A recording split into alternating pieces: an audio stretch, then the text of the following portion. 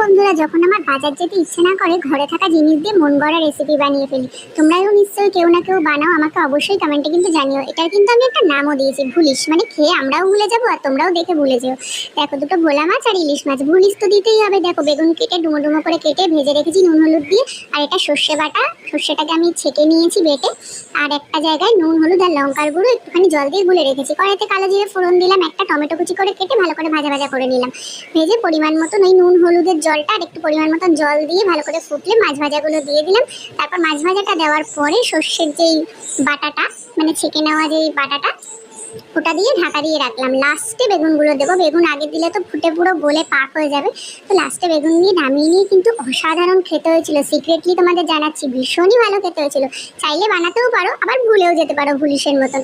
আমার তো খুব ভালো লেগেছে, আমাদের বাড়ির সবার খুব ভালো লেগেছে। তোমাদের কেমন লাগলো অতি অবশ্যই জানিও। যারা নতুন দেখছো চ্যানেলটা সাবস্ক্রাইব করে দিও। আজকের মতন